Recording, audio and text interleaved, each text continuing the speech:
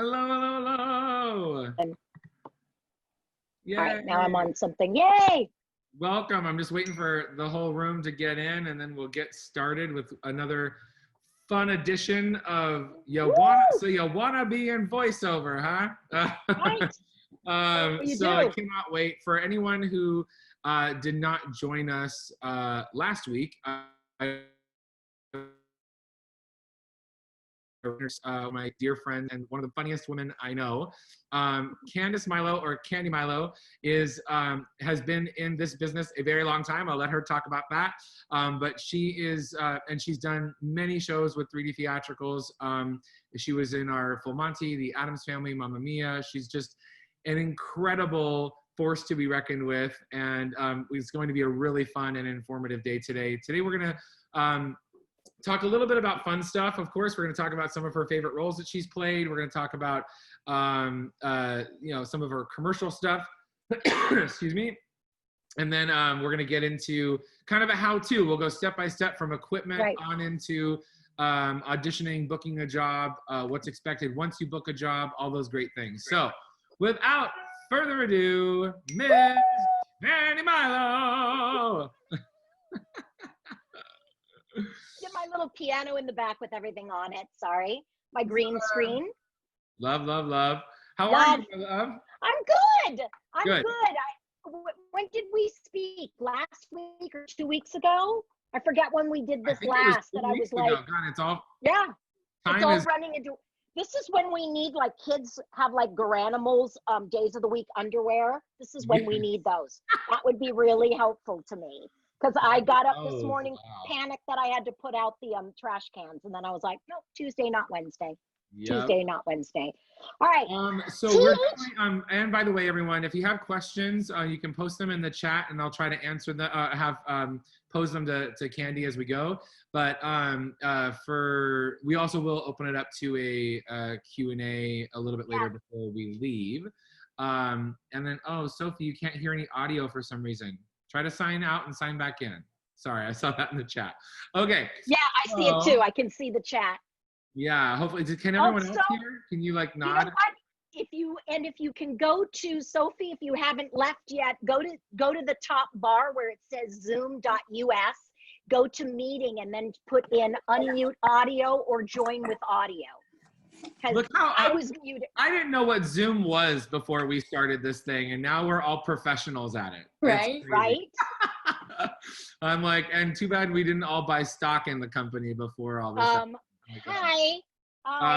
But anyway, okay, so I want to start with something fun. I found what I'm going to call a vintage reel that I think is pretty hysterical. So I'm going to share my screen for a second. And we're gonna go to this, I think. No, not that. We're gonna go to this. There we go. Okay. Hoorah! Here we go, ladies and gentlemen.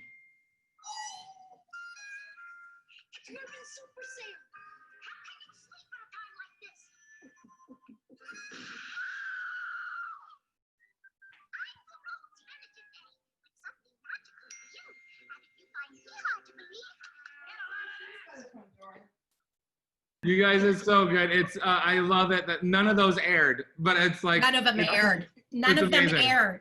We also didn't hear any of it, TJ. Oh, but you can find them if you search Candi Milo commercial demo. We did a total of, I think, 9 spots. And I flew to Atlanta, and it was the same ad agency that did Coca-Cola, and it was really amazing. And what had happened prior was that they did voiceover for television. They did a voiceover, a woman who had a slight Southern accent, and then they would take a newspaper and spin the newspaper in, and there was pictures of furniture on the newspaper. So they went from that to me, and I think that the guy that owned Rhodes Furniture, I think he blew like a gasket in his brain and was like, it's too newfangled for me. And I think that was like 1987, because I was saying to TJ earlier, I'm not wearing an engagement or a wedding ring. So Yeah. I was like 25 or 26 when I did those. That's You do the math. Yeah. I'm old. So what, kind of tell everybody as we dive into now the voiceover stuff, because that was all pre-voiceover.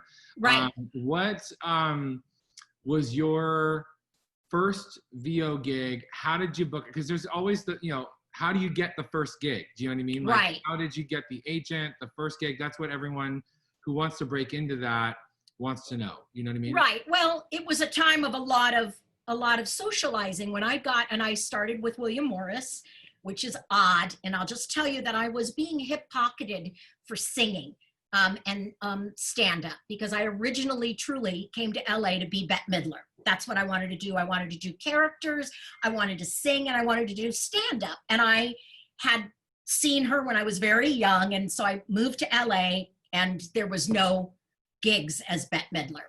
But an agent hip-pocketed me and kind of sent me out on stuff. And he passed away, and they had a great big memorial for him at a nightclub, and I sang and did stand-up.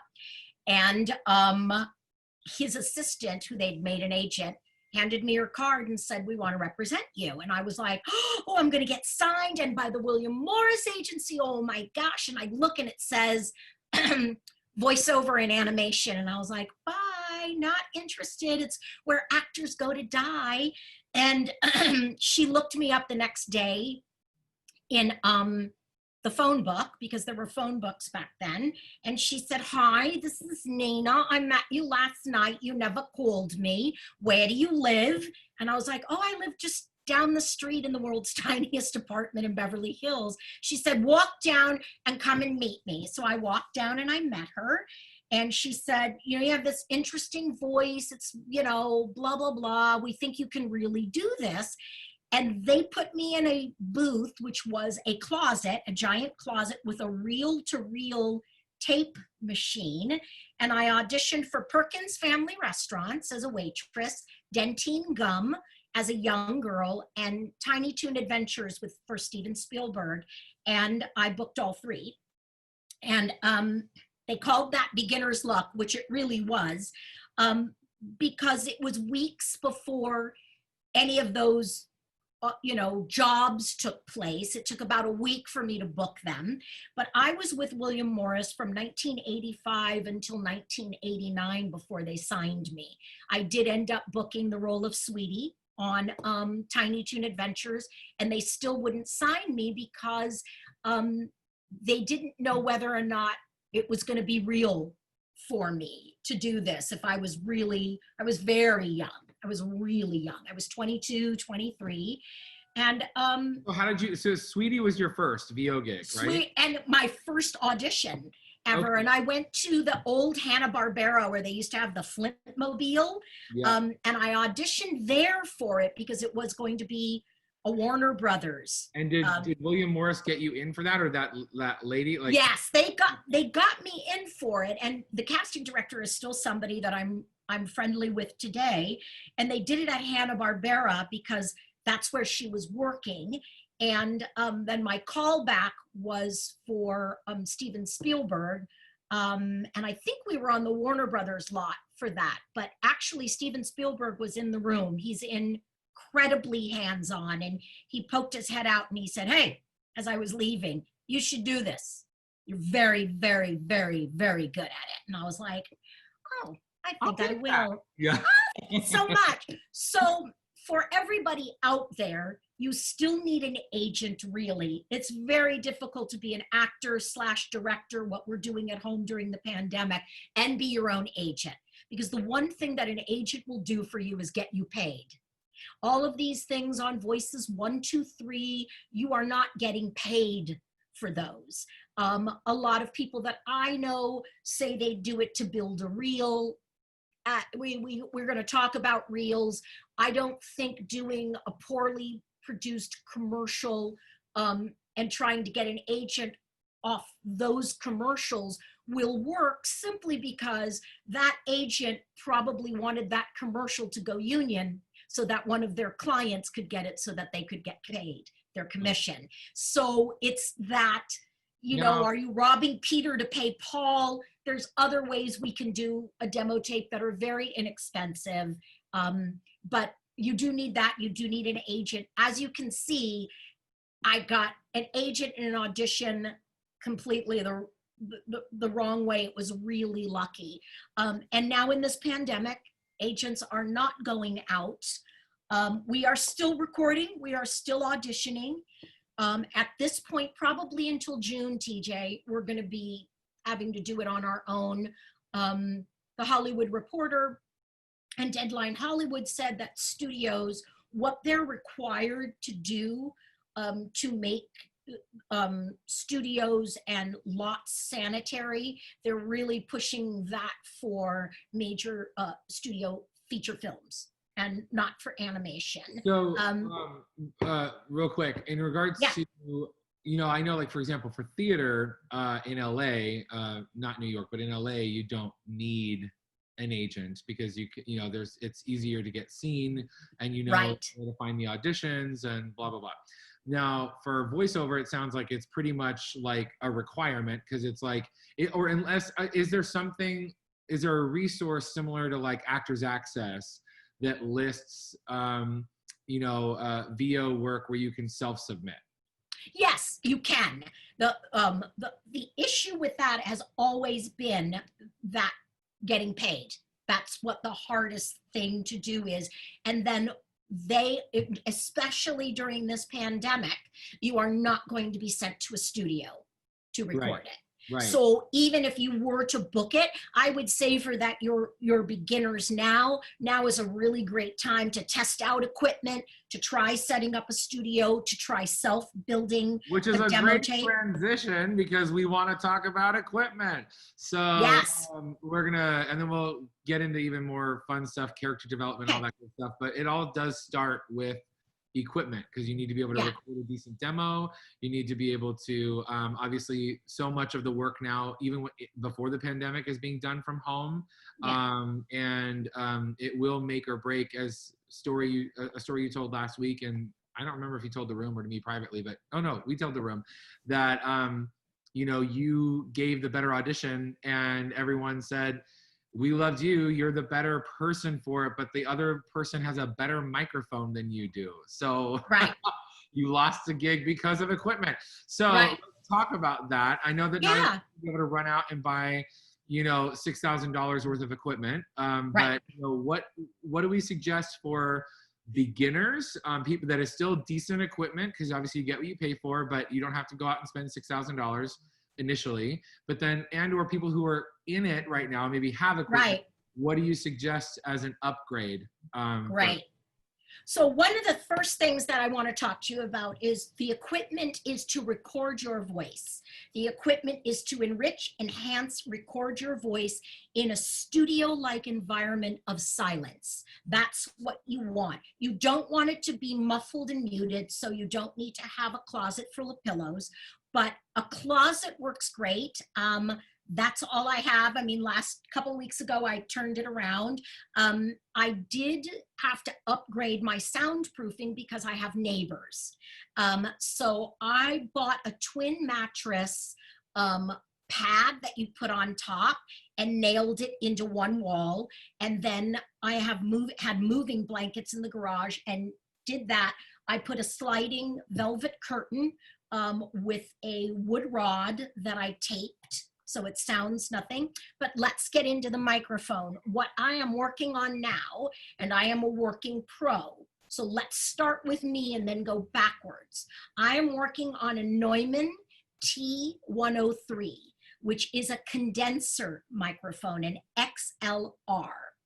Now that means that I need something, and I record on a Mac laptop in my studio, which is my closet where there are actually clothes. So I used to giggle and say I used like a $65 mic and I never upgraded. And I think I even showed like Gabby's 2007 MacBook. Those days are over. That's done. I had to go and buy a dedicated Mac that has nothing on it. I had to take things off so that all I have is recording software and then my interface. So it sounds like a fancy word. Remember, working pro.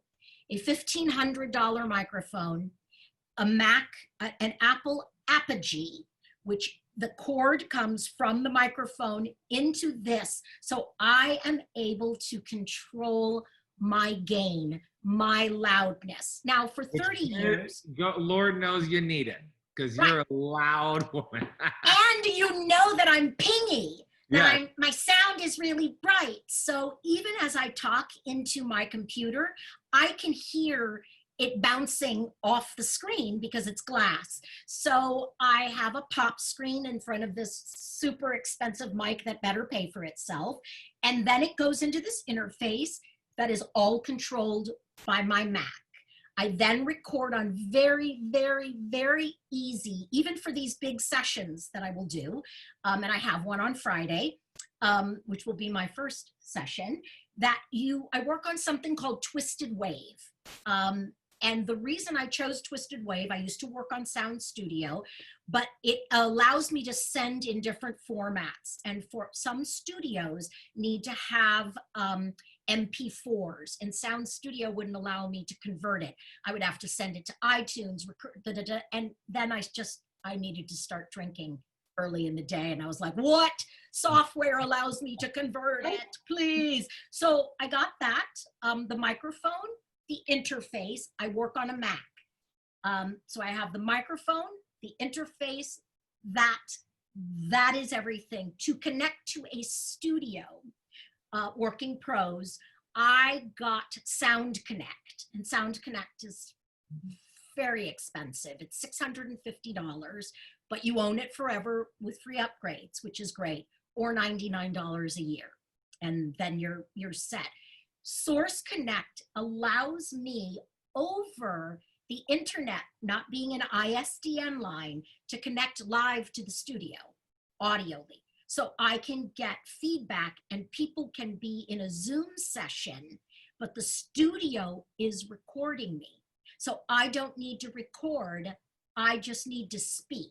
Recording pros, my pros on here. You only need to record auditions. You never need to record your sessions.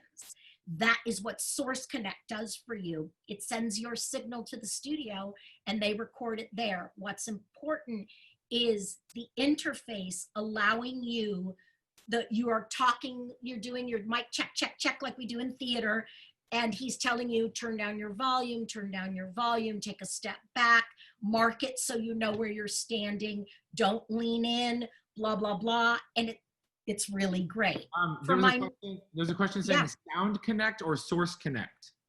Source Connect, Sound Studio, Source Connect. And they're having a special right now. And if you are, I don't even think you need to be a member of any union. And if it helps in any way, CANDIMILO, use my name. I don't know if there's like a referral thing. I get nothing for it, but if it helps you, they have cut the cost in half per month. So it's like, if you have the money right now to invest in anything, now is the time, because everyone's cutting their, as we all know, you're getting emails. Yes. I'm getting flooded with emails about, please buy this. We're going to pay you to take it. So yeah, I mean, my Neumann, I had to wait 3 weeks, which is how I lost the job, because then I was not, even though I had been up all night trying to learn the new software, I still recorded on Sound Studio. That's the recording software. That's not my connection, Source Connect. So the microphone is worth it for my pros who are not working as much as they can, or have not really booked yet, or are searching for agents. I like Audio Technica. I work on a Mac. So that microphone that I have used in many forms, Audio Technica 2020 is what it is, although I hate this year. That is the microphone that you don't need an interface for. It plugs right into your computer. So you record. The drag on the Audio Technica, because mine is older, is that it did not have a gain on it. We have Eric Schroeder holding up an Audio Technica in his. Yeah. Yes. So my fabulous, and I took it down and I was like, you have served me so well. I love that microphone. The drag it probably could have been used, but I couldn't do a gain on it. So if the studio was like, you're super bright, you're super loud, I would be doing this during a session on my louder stuff, working hard as an engineer rather than turning it over. But I love it. Which also can affect your performance when you're having to think about crap like that. You know, you're not doing enough work. And just so you know, guys, I don't wear headphones when I record, ever. I would only, even for the big audition that I lost, I know my choices. I marked the heck out of that script, and I had it for 3 or 4 days. I knew exactly what I was going to do. I tend to name my characters, so I had all my different character voices for this one part all like lined out. But whenever I put my headphones on, I realized that I don't look like Christy Brinkley, nor do I sound like her. So rather than anyway, yeah, right, that'd be very boring. But I do not put headphones on, but I do have headphones to be able to hear over Source Connect. You're going to want to have that on. Then one of the great things about Twisted Wave is that you can, for your auditions, you can go into the menu, the drop down, and put talk through. So there's just like the slightest delay, which of course I hate. It's the slightest delay, but you can hear yourself. But for someone like me, that's hyper sensitive to my work and weird, I'm thinking about the delay. So I just don't wear the headphones, and then I will pick up and say, okay, great. Or if I'm wearing them for Source Connect, I don't have talk through on, so it's just silence, which is also really great for me. But for your medium people, Audio Technica is great. I traveled to Palm Springs a year ago last summer, or last spring, and did a play, Good People, and I bought a Yeti because it had a gain.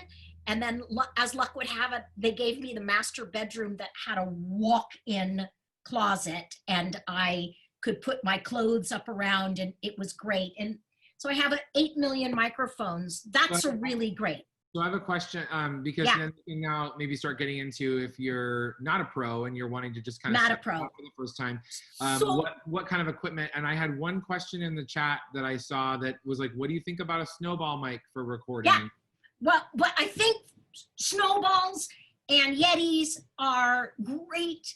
Just remember, it's about the quality of the sound that you're passing through, and the ability of that condenser and that mic to pick it up. As you get into more expensive mics, I can't even wear my Apple Watch. It hears everything. So I was in a tank top with my hair pulled back, nothing, no jewelry, nothing, and did my audition, because everything gets picked up. So a snowball is great. It is the same as a Yeti.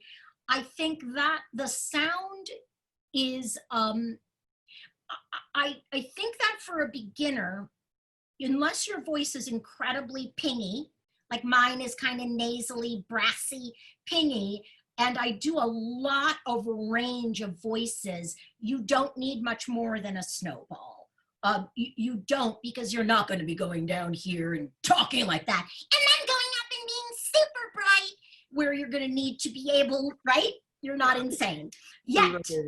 Your insanity will come, but that's what a very expensive mic can do. I love snowballs. Audio Technica also makes lesser expensive models.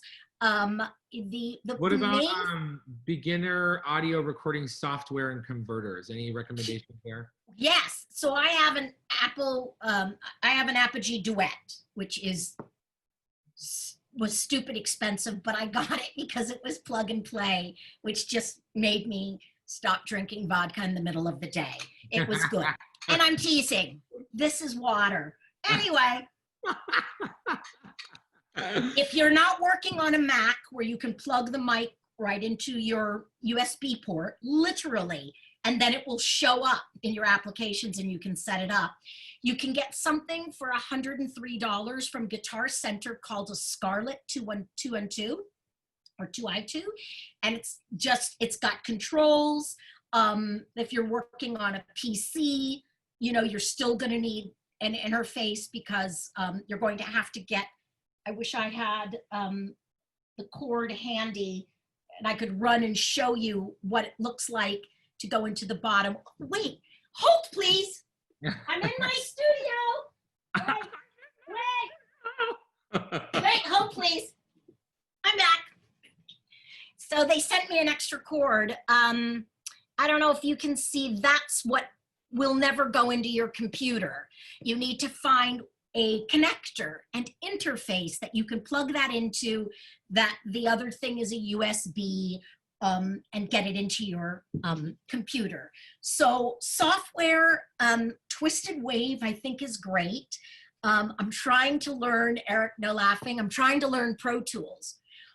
I built a studio, I can learn Pro Tools. Although Noelle, Samar, was like, are you joking? I've been working on Pro Tools for 12 weeks. And I was like, I just built a studio. I will learn. Pro Tools is ridiculous. Studios like and accept Audacity. I think it's difficult. I think Twisted Wave, I've got Twisted Wave on my phone, on my iPad. It's super easy. And I'm a working pro, and that's what I use. Rank Beginners, it is $69.95.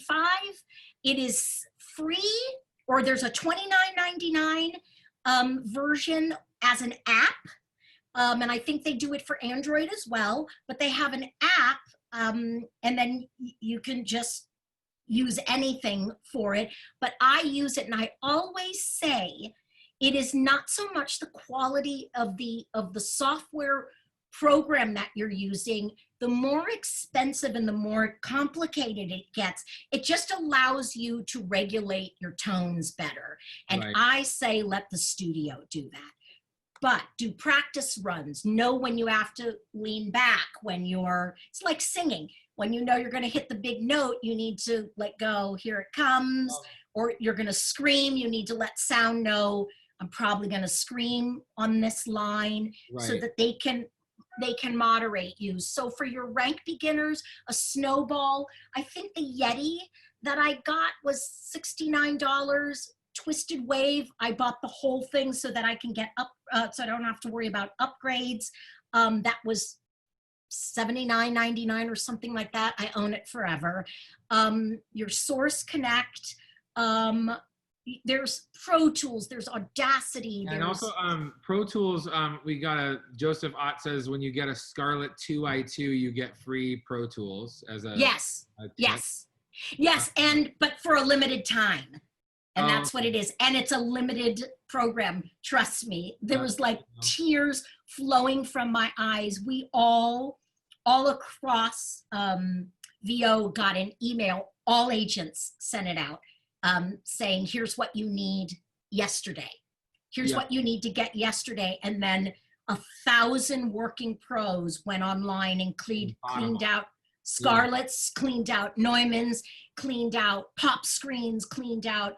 I mean, I got kicked off the Source Connect site time after time. I do want you to know, working from home, when you do record, turn everything off. Because I've made suggestions. I'm recording something this Friday, and they said they wanted to do it at 7 a.m. And I was like, oh, you're so cruel. Either that or 9 o'clock at night, when everybody is not all over the internet, because the internet becomes unstable. I did buy a Wi-Fi extender. I do want to tell my working pros or people who are just beginning to audition, do have a backup disk off your computer, so that you keep your computer clean, because that keeps it quiet. When it's doing too much, the fan starts. And I do have a fan, a cooling thing. Just don't even have a Dyson in there. I mean, It was insane, but that's what you need to get rolling. Amazing. So last equipment question and just a brief answer, because then we got to move on to other fun things because we're going to run out of time again, which is why we had to do a part 2. So Joseph asked, I have a Rode NT1A that has a pretty flat pickup frequency. How well will that work? That would be great. How much are you I wish I knew how much you were working. I had a Rode when I had a PC, and it's a great mic. It's actually out in the garage, and I think Eric will laugh at this because I brought it in. I don't throw anything away. I'm a child of the 70s. We recycle, we reuse. I went running out to the garage, found the Rode, had the extra cable, had the Apogee, the Neumann was on back order. I was gonna be ready for that audition, and I had blown the Rode. I had blown it out. I keep forgetting that's why I moved on to something else. So I have this blown Rode. I really like the Rode. I really, and yes, it can be flat. I would suggest that you don't put a popcorn on top of it. Don't put something on here to muffle the sound. I would use a pop screen. That'll keep everything bright. Also, with that kind of a mic, don't talk into pillows. It needs you to be brighter than the room. Amazing. Yay! So going into I want to touch on slates, both on camera, off camera, because I know you've had some cool things to say about those things, as well as then creating creating characters, creating a demo. Do you know what I mean? Like, I know last time had so many questions about where do you start, where do you get material, you don't, and I know we established very much so, like, you don't copy people unless you're unless it's a voice actor who is dead and gone and they're looking for people that sound alike those people, but that's and also already sound alikes out there. So and then there are sound alikes. There are people that do impressions, and they usually get most of the sound alikes. But if you talk and people are like, oh my God, you sound like Emma Stone, oh my gosh, you sound like Brad Pitt, make a note of that somewhere and let people know, because when a film is made, part of their contract says that they will do ADR, which is after dialogue recording. You'll go in and do pickups. The contract says subject to actors' availability. So the pickups that you would need to do are free, so the actor's never available. I just want you to know. So there's a friend of mine, Norman Large, sounds exactly like Stanley Tucci. Exactly. And I tried to get him my agent by saying, because Stanley Tucci was doing all these movies, and then you could tell the lines they picked up. And you were like, oh man, Norman Large would have had that in a heartbeat, or he'd be great for commercials because people would go, oh my God, is that Stanley Tucci? We're so many sound alikes. You hear like what sounds like a celebrity VO endorsing a product, what really is someone who, it makes you go, oh my gosh, Allison Janney's talking about Depends. And it's like, no, that's someone that sounds like Allison Janney.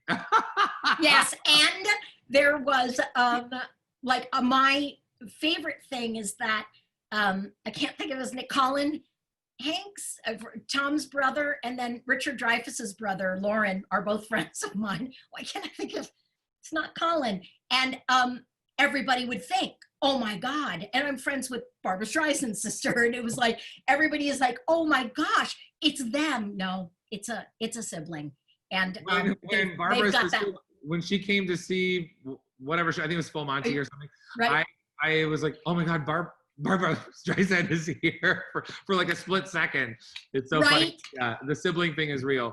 I can tell with you three, it's real. So let's talk about slates, because that's a brand new thing that's changed. And I used to say that I liked to do shock and awe. So I'd like to say, hi, this is Candi Milo, as whatever the character was. And then go into this like crazy boy or super tired old woman or somebody that's kind of crazy. And now they want you to slate in character. And bugs me because each of my takes is different. But they said that people don't want to be shocked, because what ends up happening psychologically is you sound so cartoony. And they'll be like, why didn't she just do one in her own voice? Because that sounds like weird enough. Like, so it's better if you let them know what you're going to do. And then you have an opportunity to sound like you when you'd say, take 2, take 3. You know, that's where it is. And I was saying to TJ before I came on here, everyone, that I just auditioned in my studio, which is my closet. And I'm literally, we're all still hustling, even though I've been doing this 30 years. I audition for musicals, I audition for commercials. I have a couple of commercials running now. Both of those were auditions that I drove to Santa Monica for, and callbacks in Santa Monica.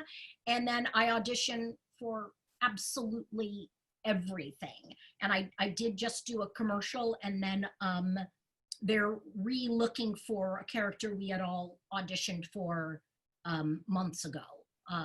Now they're looking for a woman because they just can't find it. But I think, and I had to slate in the voice that I was going to do it in. It's the oddest thing. So just because I know you do, you know, you have a tremendous television and commercial career as well. So really quickly, even though it's a voiceover class, slates, you told me a story the other day where you did this ridiculous slate that killed me, because you were like, well, it's going to be where I get to show my personality and kind of where you get to stand out. For NCIS, I slated with a fake gray beard underneath, and they wanted your name, your height, your agency, the city that you were in, and if you had where you could work as a local, meaning they wouldn't have to house you or fly you out. So I am a local in New York because of Gabby, because of my daughter, and my nephew Nicholas. I have someplace I can stay, and I have the ability to fly myself out. So I did all of that. And then I spoke momentarily at the very end of saying that I'd be willing to shave. And I did it all with a gray beard that you could see like the hooks going over my ear, because I just want you to know that only someone who does cartoon voices for a living would see that 7-pack on Amazon and go, like, I have to have this. Like, I have to have these 7 beards. And if I did not put them up in the other teeny closet that's in this room, I almost wanted to have the red one on, but I did do the gray one. And I did say that my name is Candi Milo, and in my dreams I'm 5'8", but with the weight of the world on my shoulder, I am 5'2.5". I am with KMR, and I am local to LA, and I can work in New York, and it is day 187,000 of this plague, but I'd be willing to shave. Unless you're into Wilford Brimley, then we're okay. I have a feel, I don't think I have to worry about. And that's just it's a brilliant way to get noticed, you know what I mean? Especially for the right project, you know what I mean? Right. But to make the slate your own, because how many slates are they going through that are just stale of like, hi, my name is so-and-so, and I'm auditioning for so-and-so. And you're just kind of like, oh God, like too much. For the commercial demo that you played, I do want you to know, and for Mervin's, they said that I booked it off the slate because I looked present and happy and excited. I also looked like I had a secret, like I'm gonna just act the heck out of this. And so you want them to get past the slate. And I was like, you know, they said, be cute and funny and make it your own.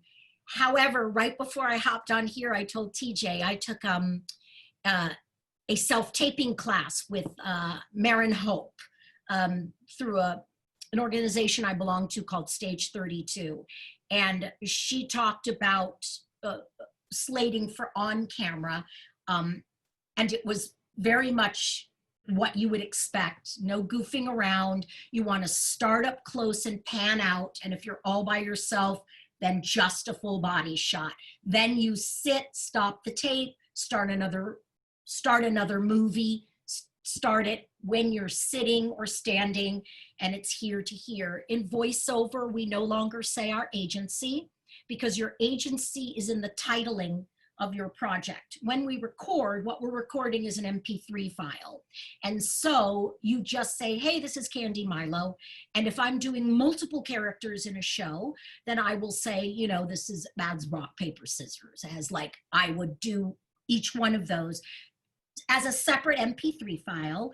Then I attach them in the email that I send to my agent, never to casting, send it, but I never say this is Candi Milo and I am with AVO.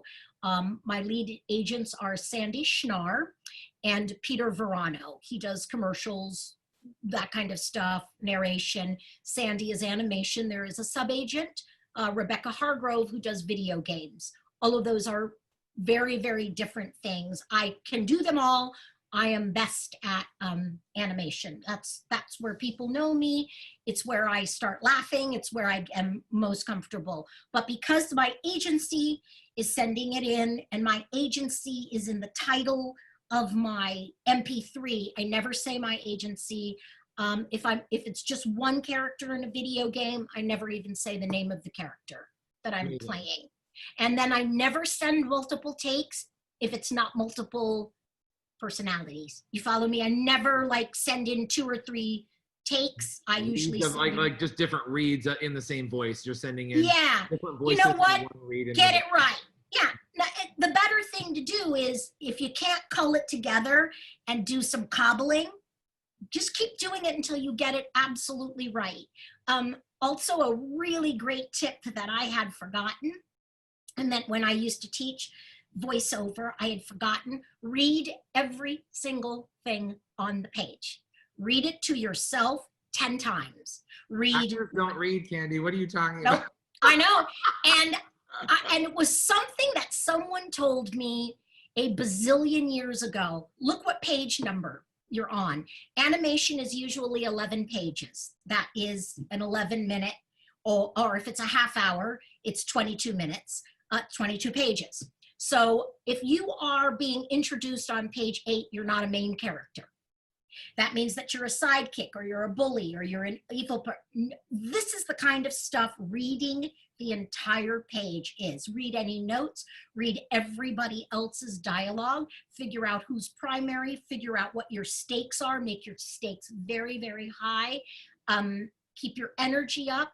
And I will tell you, that is what she said, because you and I talked, TJ, you can tell in a heartbeat who hasn't read it. You were like, what?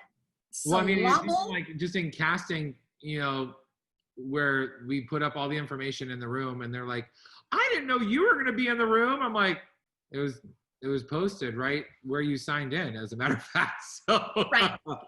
And then Amber or somebody is saying, please look at the board right there and let me know what dates you're not available. Right. And I think that one of the things that Marin was really driving home in all aspects of your life, but especially in auditioning, self-taping, auditioning live, performing for your microphone, always tell the truth about everything.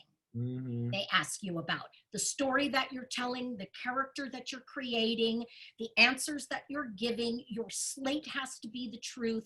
If you're not feeling up for it, do not audition until you're feeling up for it. This is an odd time. It's all really okay to be exactly wherever you emotionally are, but casting will not take that into account because of a time crunch. And you know that. Okay, so now we're gonna get to a place where we want to go into the Q&A, but I'm gonna, I want to talk about one job. I think that I've noticed that so many. I mean, you've had an incredible career, and you know, it depends on what generation you are as to where you line up with them. Like, because I know, for me, I was like, oh my gosh, it's the Mervyn's lady. But then, like, for my brother, it was like, it's Dexter from Dexter's Laboratory. Right. So, talking about Dexter from Dexter's Laboratory, I would like you to tell the story of booking that job and briefly what the process was like, but as Dexter, and then we're gonna move into Q&A. So a very good friend of mine, Chrissy Cavanaugh, who I had known for many, many years, decides that she is blowing out of the business. And Chrissy Cavanaugh was the voice of Babe and the Chucky, which I also took over for. And she did the first 7 episodes of Dexter from Dexter's Laboratory. But she had had enough already and she quit. And they sent out the thing and they said, we remember that Candi Milo sounds exactly like Chrissy Cavanaugh, except Chrissy had sort of like a little southern accent. Well, that's what she really sounded like. But then so I went in and we auditioned and I finally got the job. And then I went to Cartoon Network, Cartoon. It was in the Burbank, and they had me read. And the only prompt that they had was Chrissy Cavanaugh saying, cartoon. And I had to get the voice off of cartoon.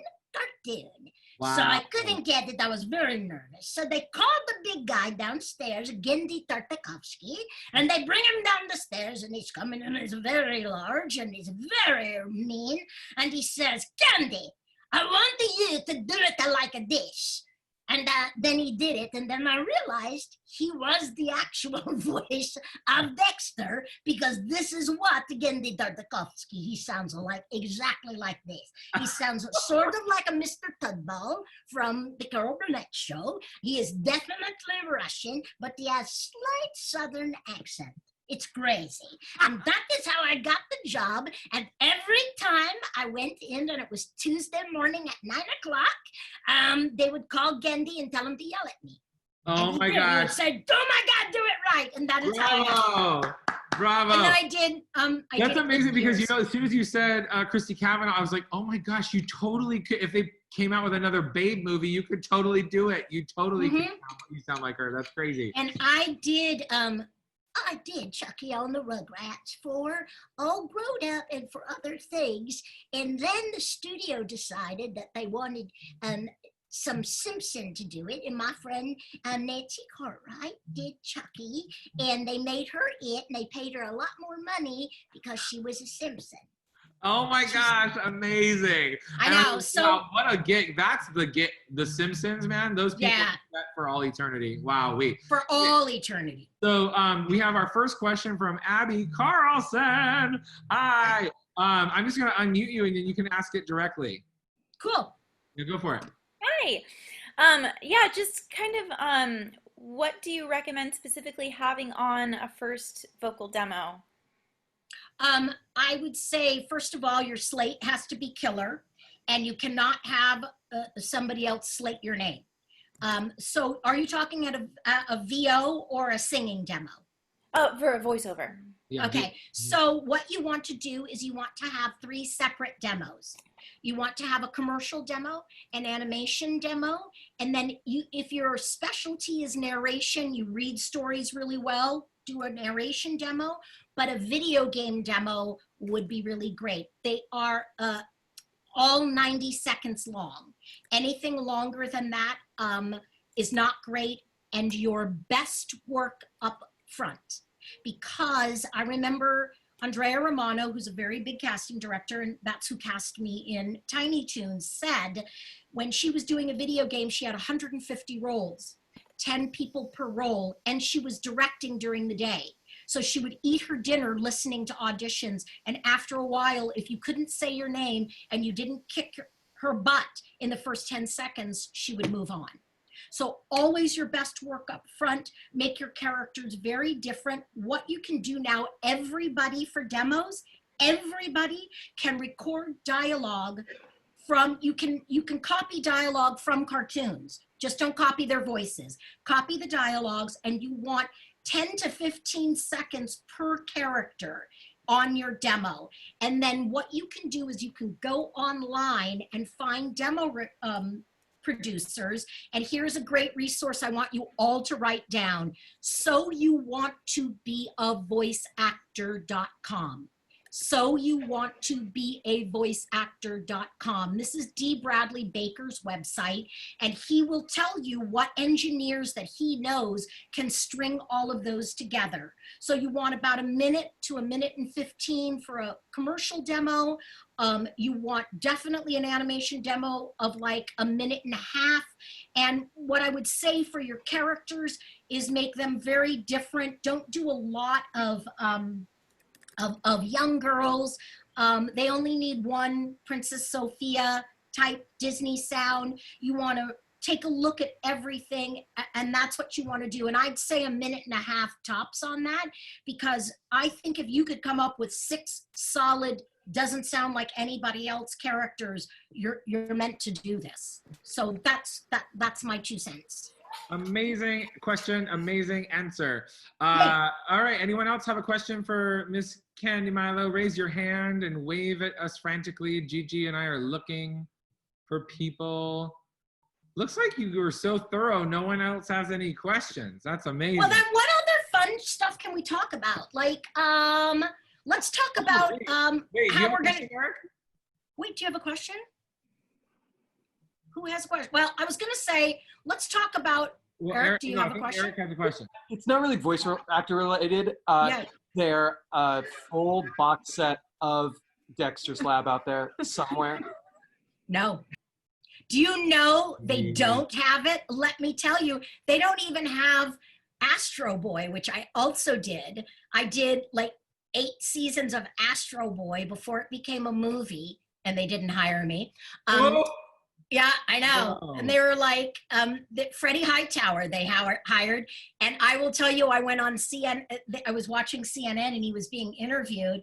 And they said, well, Freddie, you're so young. How did you come up with the voice? And he said, well, all I had to do was listen to the woman that did the television show. And they just like cut away from him. And I was like, that would be me. I could have gotten a very large check. I'm not adorable, but anyway, no, but do you know what they came out with yesterday and I missed it? What? Funko Pop-Up, Dexter Funko, and I missed it. I don't have a single, I didn't get a single one. I kept getting kicked off the website, but that's Now okay. we know what she could use for her birthday, everyone. Right, a Funko Pop. Yeah. Well, I thought it would be so fun, like to use those as giveaways, or Yeah. you know, if we ever do, you know, are we ever going to do a Comic-Con again? You know, I just got a text this morning about someone saying there was going to be a virtual Comic-Con, and I was like, but why? But I don't know. Would you guys do nod your head if you'd go, if you would attend a virtual Comic-Con? Oh, then, yeah. Then I think we're going to do a Vision Con, which is all 100% nonprofit. Was going to have me in Minnesota last week. And then something else was going to have me in Texas at the end of the month. Not that I'm bitter. And so, but Vision Con, which is all for all abilities, they're going to do a virtual con. And so I might participate in that. I think it would be very fun. Probably like this, TJ, a panel. Yeah. No, especially like if they're limited, you know what I mean? Like where you really feel like you're not on one of thousands, but if you're like one of 100 people or whatever it is, like it feels like you have a little bit more ways to interact. Right. One more, actually maybe 2 more questions, and then we are going to be out of time, but these are pretty. Chelsea Figueroa looks like she has a question. You guys, yeah. Where'd she go? Hi, Chelsea. Okay, go for it. Hi. Thank you so much for all y'all's time. First off, this has been incredible, but I am just getting started out with VO. I've got my closet set up and my Scarlett interface and working on my demos in quarantine. But as a very new beginner to VO, this is the first I'm hearing about having a slate in the demo. So what needs to be in that slate? What makes that killer slate in the first 10 seconds? Well, first of all, and I can't stress this enough, the truth, but you just really hear me when I say you have to be in a really great heart space to do your demo.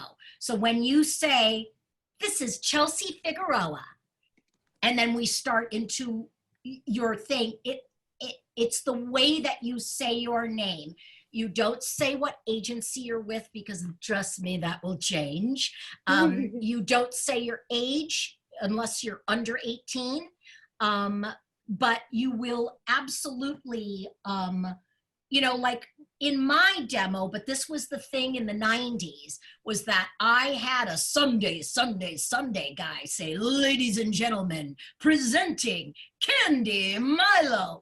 And then I had all the cartoons like from Cow and Chicken and stuff, my crazy stuff coming right in after that. But I would just, your slate is just your name. You do not introduce any of your characters. You're going to need sound effects and music behind it, and any reputable engineer can take any file that you've acted the heck out of and do that with, and then string it together. And I think, Chelsea, that you can find them on that website, So You Want to Be a Voice Actor. And if you send me an email at candi.milo@gmail.com, I can give you ideas of people who do voice production. TJ and I both know Bill Farmer. He's producing demos. I don't think he's inexpensive, but and he's the voice of Goofy, and many other things. But yes, and he's the voice of Goofy. He's amazing, and he's also, I think he's Doc on 7D. I'm not sure which of the Seven Dwarfs that he is, but I was going to say there's another guy named Eric Romanowski, and he's out of like he's in Texas, and you just send him all your stuff. Different from me, where I would like say, hey, could you go to YouTube, and here are the clips of Cheese, and here's the clips of the Flea, and here's the clips of Granny from Looney Tunes. Here's my clips. These are the specific clips I want. Can you make me a demo? And then he pulls and he cleans them up for me. But for you, I would also say, unless you sound like somebody, don't do impressions, and don't do anybody from The Simpsons. They're all still alive and they're all still working. Don't do South Park. Yeah, you know what I'm saying? Don't do that. Where you guys can find copy, the words you'd like to say, turn on your Saturday morning or your evening and start transcribing. It's transcribing. I literally just answered monologues. that in the chat. Someone asked that, and I said, last time she said you just got to transcribe it. You just got to transcribe. We have one more question before we have to run. And that was Chad Watkins. I'm unmuting you, sir. Go for it. Chad? There he is. No. Oh, no. Oh, no. Hey, there you are. Hi, Chad. Hello. Hello. All right, but I can't hear you. Can I borrow your headphones? I'll just say it. Okay, I said it in the chat already, but what are those great websites or places that you find those auditions, and specifically ones that may be free if they exist? Yes. Where you're first. You can go. Yes, I hear you. You can go to backstage.com, and they list VO auditions, and it's free to go on there. It's not free to audition, but it's $1.99. You can go to Voices 123. The problem with that is that you can audition. They may charge you to audition because nothing is really free, but understand that there is a high threshold that should you book, you won't be paid. You can, if you're looking for stuff for your reel or demo, as long as you know when, I would say, Candi, and tell me if I'm wrong, like if you're just looking to get stuff for like a demo or something, or just credits, you have to know when your threshold of like that stops, you know what I mean? So that, now I'm going to say no to that, and you have to then go out, get the agent, and go get the jobs that will pay you. Right. And I would say, Chad, and I'm not knocking it because I don't really care how people make their living, especially now it's very tough. But it does backfire after a certain point, because what I said earlier is that, like as not, they are circumventing agencies so they don't have to pay somebody like me. They'll get someone like you to do it, and then they won't pay you. And they are receiving between $25,000 and $35,000, and you're receiving $50,000. Boo. Dollars. They are being paid between $25,000 and $30,000 from the ad agencies, and you are getting 50. And the agents in LA, New York, Houston, whatever, they know that. If you want to practice and do animation, there are no non-union animation things. And I know the website. I know that there are certain low budget things that you can do that don't require you to be union. And also I know that Disney Mouse on Disney.com, Disney 123, they do a lot of shows that ride between the card, meaning you can be union or non-union and work them, and it's not a bad thing. You could start there. If you're looking for copy, you can transcribe. If you're looking for copy, everybody else for your commercials, you can take ads out of magazines and read that, because that is their commercial in print. That's their audio commercial in print. But yes, so you want to be a voice actor, Chad will have great resources for you. Voices 123 is not reputable, but you can give it a shot and practice. I often just record for me, but for my brand new newbies, my newbies, read out loud to children. And when you change characters, the best thing that you could possibly read is Harry Potter, because J.K. Rowling goes from character to character to character. So that would be my best bet for you to find out, oh, this makes kids laugh. I mean, so, literally, like, you guys, the last session that we did, for those that weren't on it, and it's so amazing when you can flip, and that's it's a great way to end this, and a great way for you to, a great tool for you guys to use. But going from character to character like that, we had Candi Milo told the story of the 3 little pigs, and I would tell her every line, I would name a different character she played, and she'd flip into it, and it was wild and amazing, and it was so cool, because she literally did like all of our favorite characters. It was cool. And maybe the next time, Candi, if you come back. And I will say this to all of you: always tell the truth. Your characters all live inside you. You don't have to make them crazy. If you give a character a point of view and some story or point that they have to make, and if you believe that that's what they sound like, I will believe that that's what they sound like, because I don't know where you think the character of Stitch came from, but you believe that that character sounded like that guy because he believed it. 100%. He made that, he made that happen. Tell the truth in your slates, tell the truth in your life. Most people who are listening to these are not your friends, and they're not buying you a birthday present. You literally have nothing to lose by being just you. Amen. Amen. Right? Applause for Candi Milo. Woo!